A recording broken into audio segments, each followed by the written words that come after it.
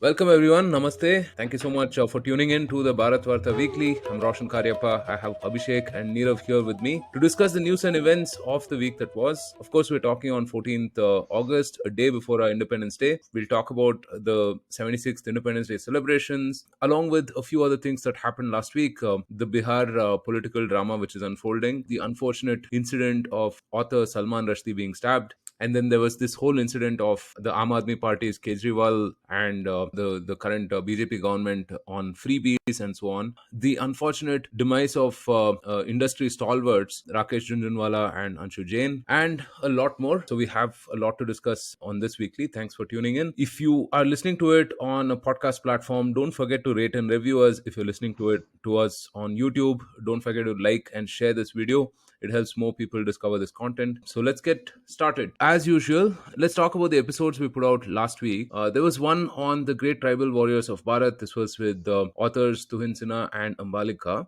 Yeah, so personally, I was actually fascinated by all of the alternate independence movements that happened in India, right?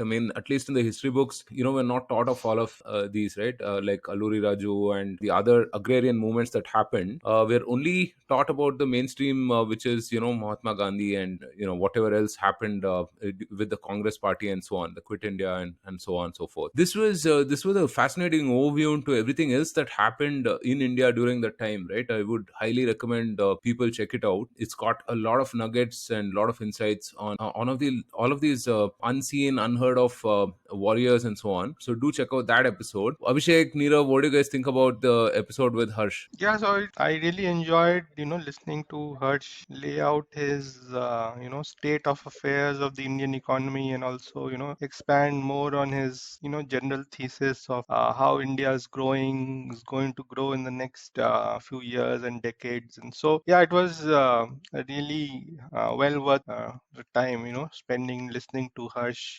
expound on various facets of the economy. So the one thing about Harsh that I will say is that there are very few people that I am aware of who are able to bring together both the economic analysis as well as the larger political as well as societal side of the analysis, right? And that's where he's so good, right? Because he's able to show you the bigger picture from a variety of facets, right? And I definitely recommend this to all our listeners. Yeah, the way is that's a very important point. The way he can combine economy with the social, political aspects, I think makes it a lot more interesting. And of course, guy can articulate really, really well. So yeah, Yeah, do check out both of these episodes. yeah, no, so I don't have much to add what Abhishek said, but like I think the main thing is he is optimistic, but he also puts in like with valid reasoning and with Yeah. valid points, etc. He's what not what you would call irrationally exuberant. So I think it's quite a nice thing, and he brings in multiple perspectives all together, ties it in nicely. So Yeah. absolutely. Even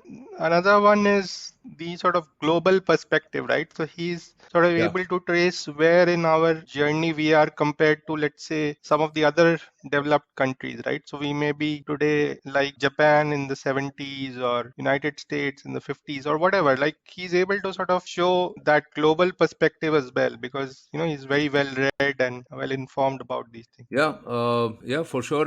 Check out those two episodes, both the one on the Great Tribal Warriors of Bharat and the State of the Economy. Both are available on YouTube currently. We will be uploading them on podcast platforms as well shortly. Do check it out, and of course, like, share, all of the good stuff. Moving on to the first piece of news for this week, author Salman Rushdie was stabbed during an event last week. Reportedly, an assailant rushed to the stage and lunged at the 75-year-old writer just as he was being introduced to the audience. He was then put on ventilator due to his injuries and was unable to speak until this morning. Police identified the suspect as 24-year-old Hadi Mathur from New Jersey. Mathur recently appeared before a court and pleaded not guilty to attempted murder and assaulted charges against the author. In 1989, Iran's late leader Ayatollah Khomeini issued an edict calling for Rushdie's death due to the book, The Satanic Verses. Ever since, the author has been in hiding and has lived under police protection. Well, it's been so long that I kind of forgot that this thing was even relevant. It's from 1989, right? 30 plus years. It's really unfortunate what happened. What do you think, Abhishek? Quite a very unfortunate occurrence, right, this week. And as you said, this is a sort of long ongoing saga, right, where in 1989 his book comes out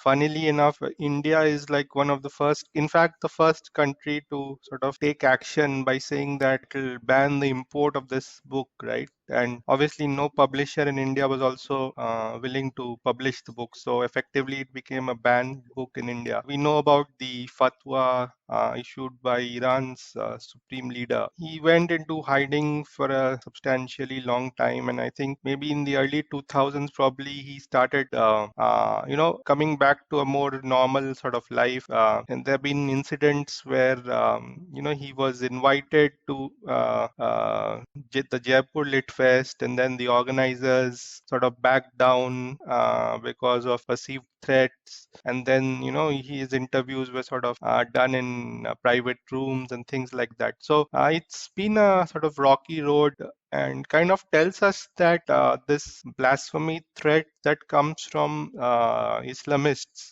is like a lifelong threat, right? And if you look at the particular case, right, he was about to give a speech in somewhere in New York State, well away from the city, and the person who stabbed him is a 24-year-old American who hails somewhere from the Middle East. I'm not sure whether it's Iranian or Lebanese. And while officially the police has not yet, given any motive, people have looked at at the perpetrator's social media profiles, and he's sort of like a fanboy of the Iranian regime and so on. So it's quite likely that, what chances are that he has got sort of self-motivated and decided that, this was an opportunity to, carry out the fatwa on his own, rather than, it doesn't look like he's part of some grand elaborate conspiracy. It's more like this guy taking action on his own. The broader thing is this blasphemy threat sort of marks out people definitely for the rest of their lives, right? And we know about the incidents that are happening in India this year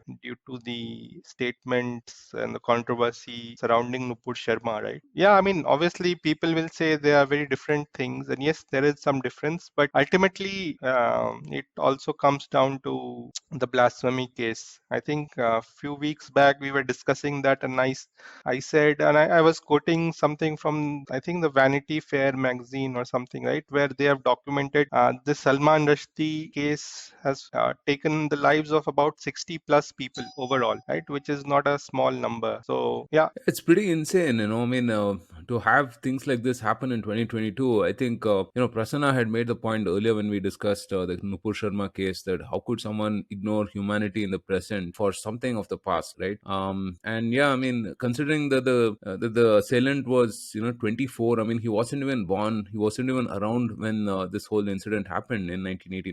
It's a pretty harsh reminder that, there are certain fanatics around, and yeah, we must kind of do everything possible to, be a saner society, I suppose. Moving on, the nation is prepared to celebrate the 76th Independence Day. President Draupadi Murmu will address the nation on the eve today. Her address to the nation will be broadcast from 7 p.m. on Sunday to the entire national network of All India Radio, and telecast over all channels of Doordarshan in Hindi, English, and regional languages on the other channels. Meanwhile, Prime Minister Narendra Modi will address the nation from the ramparts of Red Fort tomorrow, August 15th. At his behest, people across the nation are enthusiastically participating in the Har Ghar Tiranga campaign. Nirav, did you get your flag in Singapore? Yeah, so in Singapore, yes, we've gotten a flag and also taken a day off. So going to the Indian embassy. My parents have gotten a flag at home. They've hung it out there. Like my parents' apartment building, I think everybody's really enthusiastic. I think every apartment is hanging the flag out there. And this is quite a nice thing. See, this is, I think, 75 years of independence. India has done reasonably well. We need to remember what was the starting point. We've done a lot of things right. We've done some things wrong. And like the thing is, the journey that we are on, I think the next 25 years looks better than the last 25, right? So I think it's a very nice thing. Obviously, like we all need to celebrate, even including people living outside India, but still Indian citizens. So for all of us, it's a very big day. This is a very proud event. Prime Minister Modi really knows the idea of symbolism. He kind of gets the people's emotion and gets the connect. This whole campaign, Har Ghar Tiranga, is just uniting people together, whether or not anyone agrees with his politics. It's a great thing for him to keep this, and everybody's proud of their nation. So absolutely, this is a fantastic thing, and hopefully hopefully all of us celebrate Independence Day happily. And we've reached 75, not out. So hopefully the 100th anniversary, all of us should be there. Should be like a much bigger, grander event. Yeah, for sure. I mean, it's important to remember that nobody really gave us a chance, right? I mean, there's that Churchill quote or something that, India will go to thieves and whatnot. We might look at, I don't know, Japan or Korea and whoever else and try to think that, hey, I mean, we have not done as well. Like Nirav said, I think the starting point, and also considering how large and complex we are, the legacy of not just colonialism, but invasions and so on, I think we've done fairly well as a modern nation, I should say, right? And, this year is particularly significant considering that I think up until now, at least, this is the first sort of relatively COVID-free year. So I hope the celebrations are not really muted. In fact, I mean, I can already see a lot of people on the street, celebrating with the flags and everything. And yeah, Mr. Modi knows the pulse of the nation, right? I mean, this Har Ghar Tiranga is such a genius, initiative. The Indian Postal Service has sold something like 9 crore flags, apparently. I ordered mine as well. So I ordered a couple of flags for 25 rupees each, and it was delivered to my doorstep. Fantastic. I mean, every apartment in our society has put out the flag. Yeah, and it's a very sort of a non-partisan kind of a thing, right? Which is that irrespective of what side of the political aisle you are, celebrate the fact that you're Indian, celebrate the fact that you're optimistic about the future. What are your thoughts, Abhishek? Yeah, absolutely. So, as you said, this Har Ghar Tiranga campaign is very popular. Also, one of those, right, where you can be bipartisan, right? There's hardly any room or scope for debating too much on this. And so, yeah, and also, as you said, after 2 long years of COVID-related constraints, good to see celebrations of festivals, including in the Independence Day, getting back to a more normal kind of phase. See, I think the tenets of the republic, right? I mean, whether it's the flag or the anthem or whatever, I mean, they have to be constantly reinforced, right? I mean, because this, a nation is, you can call it a man-made entity. It needs to be constantly reinforced so people align with the ethos of the nation as well, right? So I think it's very important, this whole flag and anthem, right? I mean, I hope people don't take it very lightly, and they take pride in such things. Moving on, it's politics as usual. There's a political drama unfolding in Bihar, and Mr. Nitish Kumar has taken oath as chief minister again for the 8th time in 22 years. Recently, he announced a new grand alliance which includes Tejasvi Yadav's RJD. Mr. Kumar ended his alliance with the Bharatiya Janata Party, led National Democratic Alliance, and rejoined hands with RJD, alleging that the BJP was trying to break up his party. Lalu Prasad Yadav's son, Mr. Tejasvi, is also likely to take oath as Deputy Chief Minister. Abhishek, interesting political developments. Obviously, we will dive deeper into all of this stuff with Rohit. But what do you make of it? Yeah, I mean, it happened quite suddenly in the sense that, let's say, last week we were not discussing this topic, right? And so we couldn't say last Sunday that we knew something like this was going to suddenly happen. Although obviously the things in the background would have been, in the works for a long time. And so, yeah, I think the general impression right now, I think, is that we are moving into a different phase in Indian politics where the BJP is now looking to dominate the Indian political scene on its own, right? And so over the last few years, a number of older allies of the BJP have left the NDA structure, whether it is the Akali Dal or the Shiv Sena in its previous avatar, right? The Thackeray Shiv Sena, let's say. And now the Janata Dal United, Nitish. As you know, Nitish Kumar and Prime Minister Modi have had a sort of very fractious relationship over the years, right? And while Nitish Kumar and BJP were allies for a long time in Bihar, and from 2005 onwards, quite a competent government was running in Bihar. Once the announcement, or it became clear that Narendra Modi would be the prime minister candidate from the BJP, he sort of started his protests and basically came out of the NDA, right? Because he felt that he could not really work. I mean, there were too many differences in Nitish Kumar's ideology and Narendra Modi's ideology on questions of secularism and so on, right? And so 2015, he even formed a government with the RJD there, right? Which is his old, like 20, 30-year-old old rivalry with Lalu Prasad and his party was sort of ended to form the government. That did not last very long, and because there were too many issues in functioning on the ground, and so Nitish Kumar came back to the NDA in 2017, and since then managed to win the last assembly election in Bihar in 2020, do very well in the 2019 elections as well. But I think people who know Bihar's politics will say that while Nitish Kumar is personally very popular, he has not really formed a large party or a very large social coalition, right? The JDU does not get too many seats, even though it continues to be to head the governments, right?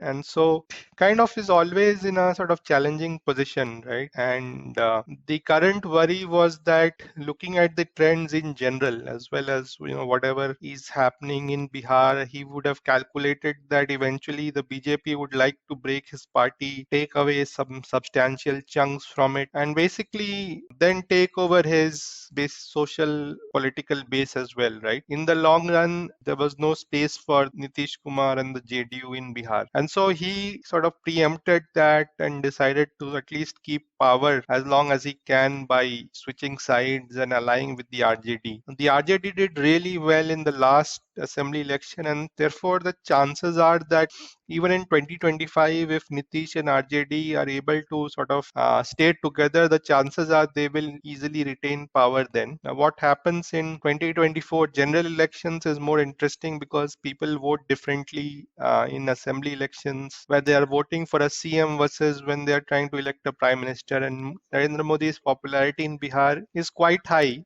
even though it doesn't reflect so much in the assembly results. And so I think what we will see is a sort of divergence where the BJP does quite well in 2024 general elections, but RJD and Nitish will probably retain power in 2025. Of course, these are very early long-term predictions I'm making. Things can obviously change in the next few years. But yeah, basically it's more of a survival instinct taking over for Nitish, deciding to strike out before something happened to him where his party got broken substantially and things like that. So, a quick follow up, right? I mean, do you see this happening in other states as well, where local regional parties are more skeptical of allying with the BJP, afraid of, let's say, an Operation Kamala kind of Yeah, so I an think initiative? if you look at the alliances that the BJP has, more or less, it doesn't have too many alliances left. It has now very small parties that it allies with in a few places, like let's say the Uttar Pradesh, or right now the interesting one is Shiv Sena alliance in Maharashtra. But that is something which has been engineered by the BJP right now to end the older Shiv Sena sort of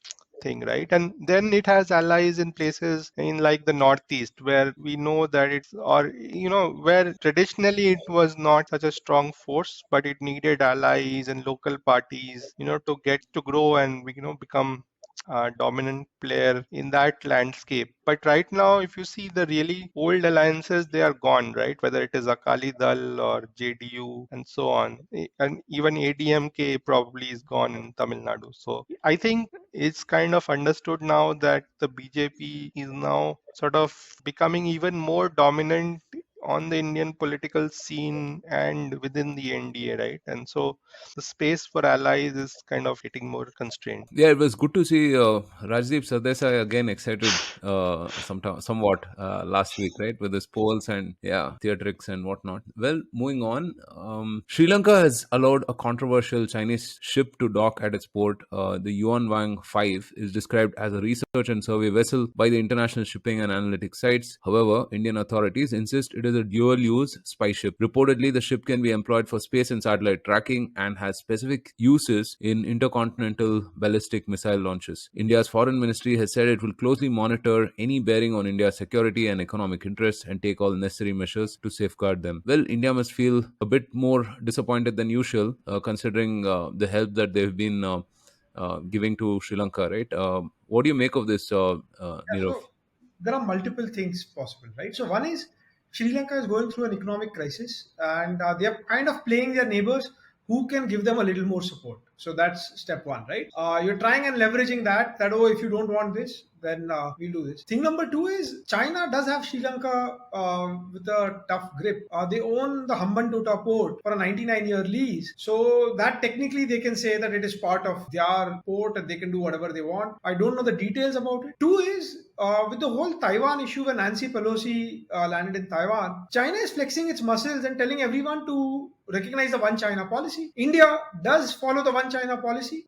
We do recognize just one government. Like with Taiwan, we don't have diplomatic relationship, though we kind of also follow the US dictum of strategic ambiguity. India deals with Taiwanese companies. India deals with Taiwanese nationals. Taiwanese nationals have visited India on their passport or whatever you call it. So India does not like it does have this policy of strategic ambiguity. So maybe China is trying to tell India to do this. So I think there are multiple things in like diplomacy. We need to manage opposing forces quite well. India needs to do what is best for itself. Maybe that's a way of like putting pressure on Sri Lanka or saying we'll cut off aid if you don't do this. Maybe it is with China in a certain way where India does have a lot less leverage right now, but probably India should try and like project its power. So I think it's a delicate issue and all sides need to be sensible about it. I think this is more of like posturing by China. They had like a 3-day military exercises August 4th to 7th after Pelosi left around Taiwan. Probably this is one of those things as well, right? So they're trying and pushing the envelope, trying and pushing to like the point where others to see that what is tolerated by their neighbors, and India needs to push back in a way which doesn't actually have unwanted side effects, right? So it is like a delicate issue, but probably India would want to like do something about it. Second thing is this is an like it's such a large ship with a lot of satellite, like a lot of tracking equipment, etc. Right? A real spy ship, which are actually doing real spy work, probably would be like a submarine. And this is more to show the outside world, not to show, or it's a show of power rather than doing actual spy work. So I would think that's what it is. So let's see. Hopefully, I think Sena voices prevail and all this gets de-escalated and we move on. It probably is a non-issue. No, but I think there's a real threat for India from this whole Chinese posturing perspective, right? Because how far will they take it with this October re-election coming up of Xi Jinping, right? I mean, this thing we've said it a couple of times already on the podcast that things could escalate on the border, right? So Yeah, maybe they do, but to be fair, for a lot of average Chinese, they don't consider India at all. Like in their day-to-day conversations, India barely appears. It's a country. India is 1/5 the size of GDP. It's far away from the large population center on the eastern Pacific coast of China. A lot of Chinese have never met an Indian, so they don't really care too much about it. So I think this is probably posturing. Maybe we see something, maybe we don't. Maybe it's a bully trying to bluff its way out. And like for example, Pelosi called the bluff. Maybe it's for India also to possibly call the bluff, but at the same time be prepared for any sort of escalation if it occurs. right. Back to some political drama again. Prime Minister Modi and Arvind Kejriwal are facing off yet again, this time on freebies. The BJP on Friday accused the Aam Aadmi Party of using freebies to fulfill their political ambitions. BJP spokesperson Sambit Patra drew a distinction between the welfare measures of the centre and the politics of freebies. Mr. Kejriwal retorted by saying that while he has been accused of handing out freebies, his measures offer free education, healthcare, and more. He also stated that his measures were not freebies, but waiving loans of friends was. A lot of back and forth. Abhishek, what do you see? What do you see happening here? So I think firstly, the background of this is that I'm not exactly sure of the case, but there has been a public interest litigation filed in the Supreme Court, which says that, freebies should be banned.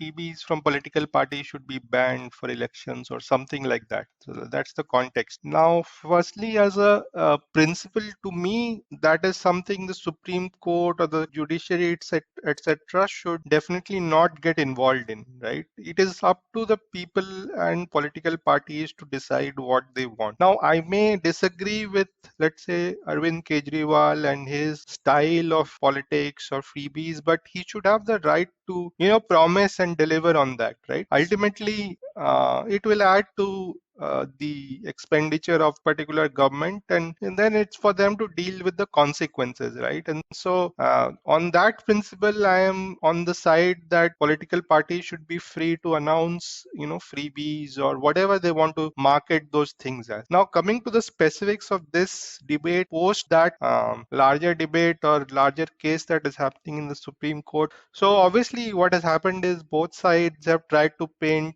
that the particular brand of welfareism slash freebies that their side offers is good, while what the others do is not good, right? And so some sort of distinction has been tried to drawn on those lines. So for example, the BJP says that what it likes to do is provide more spend more on infrastructure like highways and so on, which are beneficial to all sections of the society, or that BJP's brand of welfare, such as let's say the Ujjwala Yojana and so on, those are legitimate forms of subsidy and so on, while what the Aam Aadmi Party would do is give X number of units of free electricity, right, which is not good, and so on. Now, what Mr. Kejriwal tried to very cleverly do is he tried to do a bit of distortion where he said, let's say there are NPA write-offs,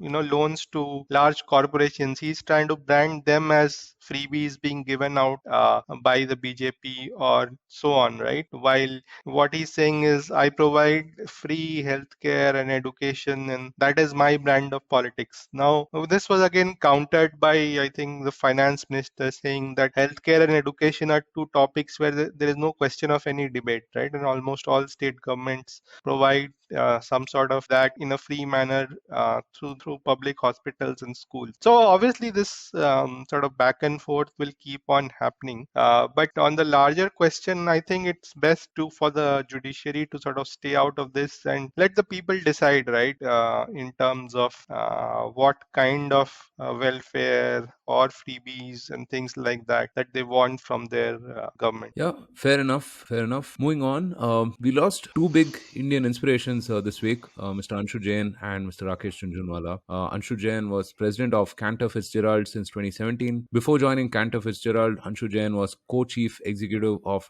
Deutsche Bank. Born in Rajasthan, Rajasthan's Jaipur, he rose to Wall Street's highest ranks and transformed one of Europe's most prominent lending institutions into a global trading powerhouse. And then Mr. Rakesh Jhunjhunwala needs no introduction. He was known as the big bull in the stock markets. Mr. Jhunjhunwala's net worth was around $5.8 billion, according to Forbes. An investor with a Midas touch, he was the 48th richest man in the country. Mr. Jhunjhunwala's latest venture, Akasha Air, their maiden flight just took off about exactly a week ago on August 7th. I never met Rakesh Jhunjhunwala, but I've briefly met Anshu Jain. Anshu Jain, if you see, he studied in Shriram College of Commerce, then went to the US to do an MBA, and he joined Credit Suisse earlier, and then with his mentor he moved to Deutsche Bank. His mentor passed away early, and then Anshu Jain took over, and Deutsche Bank was a boring commercial bank, mainly European, mostly German, and there as an outsider, he actually gave a good outsider's perspective, grew the investment bank, especially the fixed income arm, in a massive way. He competed with the bigger American banks, which had a much bigger domestic economy. He was very instrumental in a lot of Indians being hired all across Wall Street. I am one of the lucky ones as well. He made a massive impact. He's like a business builder, a true visionary. He's also a big cricket fan. So I met him once in a networking event. We briefly spoke something about cricket, and actually also on Clubhouse. I interacted once with him where people were talking about an ongoing cricket match recently. But apart from that, I think he is a big visionary and a business builder. He saw an opportunity where Germans have a lot of savings. A lot of those savings were in German commercial banks. These could be deployed, and he built a mega business over there, right? And so obviously a visionary. He believed a lot in the people that he hired, and he's responsible for meteoric rise of a lot of careers, not just Indian, so you don't accuse him of nepotism, but he's he is, I would say, like a true visionary, and he broke the glass ceiling. In like a European bank, there's a lot of issues. There's a lot of people didn't let him become the CEO, so then they kind of kept him as a co-CEO, with one German national being a CEO in who came in from the retail banking side. Even though Anshu was responsible for a much bigger chunk of the revenue that was being generated, and he's the only non-European CEO of a European investment bank, right? So that also is like something really big, and so absolutely, after being CEO of Deutsche Bank, he parted on not very friendly terms, and he went to Cantor Fitzgerald, which predominantly owns BGC, which is a broking house, but tried to build it up into the mammoth investment bank that he had done earlier. Sadly, that dream has been, I would say, left incomplete. He passed away with cancer, which he was suffering for the last 5 years, and it was not in the public domain. So that is also probably something to do with it. Anyways, like I really wish condolences to his family. His memory will live on, and he's touched hundreds, if not thousands, of people directly and indirectly, right? And he's made a very big positive contribution to all. Yeah, may his soul rest in peace. Om Shanti. Yeah, I think he was also big on tiger conservation, right? I mean, yeah, so a lot of philanthropic efforts as well. And yeah, one thing common with both Anshu and Rakesh is, that they really passed away young, right? Anshu is 59, Mr. Rakesh Jhunjhunwala is 62. I think he was one of my favorite personalities, Mr. Jhunjhunwala, on Indian television. I really loved his interactions with the media, because he would absolutely not hold back, sometimes even crossing the line, right, in terms of what can be said on TV or not, right? More than a few amazing nuggets, right? I mean, when people would ask him for advice on what sector, what company, and so on, he would just say, look, India is like a buffet right now, right? You can take anything from here and India will grow. Again, very, very optimistic about India. Might have started off as a short seller in the early days. I think there was a movie on the Harshad Mehta, which also kind of covered him, right? I mean, but I think in the 90s he became an optimist of India, right? We a couple of bets of his, Titan and Tata Motors and so on, I mean, really paid off handsomely. In fact, I mean, even I think a couple of years back, Delta Corp also was something that he bet on, and he did. He made massive money on that. Yeah, a lot of great quotes. What you buy is important, but at what price you buy is even more important, right? That's one thing that I remember as well. Very, very entertaining. Someone who will thoroughly be missed. Because I think being pessimistic or being skeptical is kind of more seductive. Intellectually, right? You can appear as an intellectual, but if you're unabashedly optimistic, like Mr. Jhunjhunwala is, right? I mean, you tend to get a lot of criticism, right? But yeah, the man, had real skin in the game, and he will definitely be missed for sure. Mentored a lot of people as well.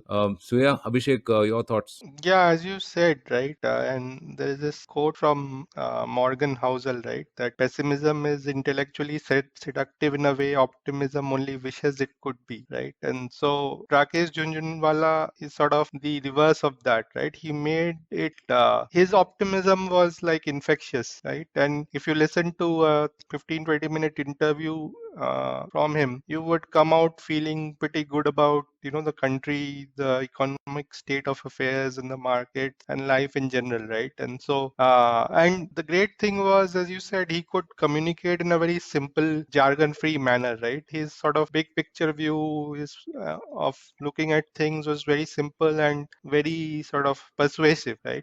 Because he would always look at, there's so much more to be done in India, right? There's such a large headroom out there in sort of all sorts of things. And yeah, I mean, he generally would refrain from giving stock specific or sector specific inputs, right? He would say that you have to do your own homework and figure that out. But, he would probably give a bigger picture of where he thinks the market and the economy will go in general. But yeah, I mean, he is the true or the original big bull of the Indian markets, and I think people and investors will, terribly miss him and his insights and wisdom, right? The fact that he was transitioning to becoming an entrepreneur as well, right, with his venture Akasha Airways, which incidentally just started this last week, right? Their operations with in the Mumbai Ahmedabad sector, I believe, right? And so I really wish the airlines Yeah. does really well.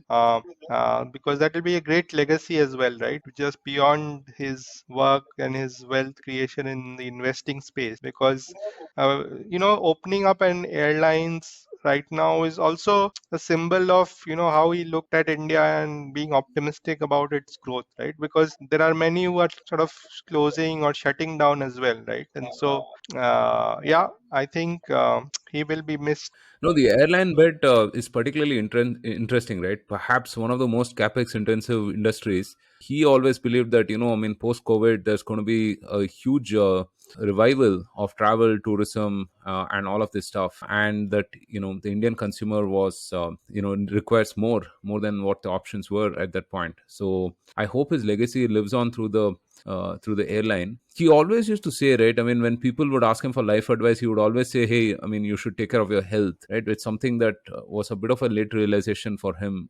He felt, right?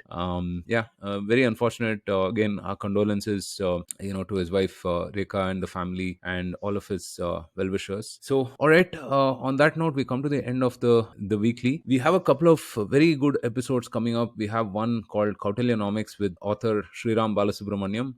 He's an economist, and what he's basically done is looked at Arthashastra and tried to talk about the relevance of Arthashastra in the current times. Goes into Chanakya's musings on economics and policy and stuff. Very very fascinating. I mean, Nirav has conducted this discussion himself. We also have another with Ami Ganatra, who you've heard multiple times on the podcast. This time she's back with her book Ramayana Unraveled. A few of you may remember her previous book Mahabharata Unraveled, which was very nice. It covered certain aspects of the Mahabharata that people might have overlooked, and also goes into the complexities of the character and so on. So yeah, in this book she does the same thing with Ramayana. I'm actually reading the book, and it's already quite a fascinating read. So I'm looking forward to talking to her, and yeah, both these episodes will be out next week. Again, we're going to publish this on YouTube and not on podcast platforms just yet, folks. I mean, if you find us on your podcast feed or on YouTube, please like, share, subscribe, rate, review, all of the good things. It really helps us reach a wider audience. It takes our content to more people. Obviously, you see that we put in a lot of effort on this, and it would be amazing if more people saw this stuff. All right, thanks so much, guys, and from Abhishek, Nirav, and myself, wish you a very very happy Independence Day in advance. And yeah, Jai Hind. Thank you for tuning in to this episode of the Bharatvaarta podcast. If you want to see more content like this, then don't forget to subscribe to our channel. We started Bharatvaarta to facilitate long-form discussions on politics, policy, and culture. We don't necessarily endorse anything that was said in this episode. If you wish to offer us feedback, do reach out to us on social media. We are at Bharatvaarta on Facebook, Twitter, and Instagram. You could also get in touch with us on our website, www.bharatvarta.in. The links are in the description below. Until next time, stay safe, take care, and Jai Hind.